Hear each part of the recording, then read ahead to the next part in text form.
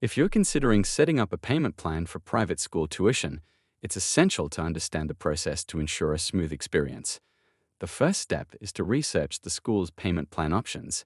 You can do this by reviewing the private school's website or contacting the school's business office.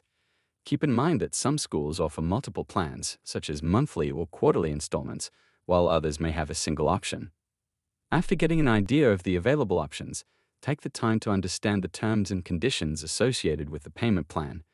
This includes reviewing any fees or interest charges that may apply, as well as understanding the due dates for each installment and any consequences for late or missed payments. Once you have selected a payment plan option that suits your needs, you'll need to complete any necessary forms or applications required by the school. This process may involve providing financial information, setting up automatic payments, or signing an agreement outlining the terms of the plan. Finally, it's essential to stay on top of payments once you've enrolled in a payment plan. Be diligent in making your scheduled payments on time and keep track of the due dates. Ensure you have the funds available to cover each installment.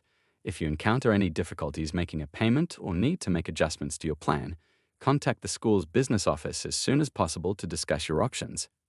For a more detailed and thorough exploration of this topic, be sure to click the link in the description below. Thank you for watching our video.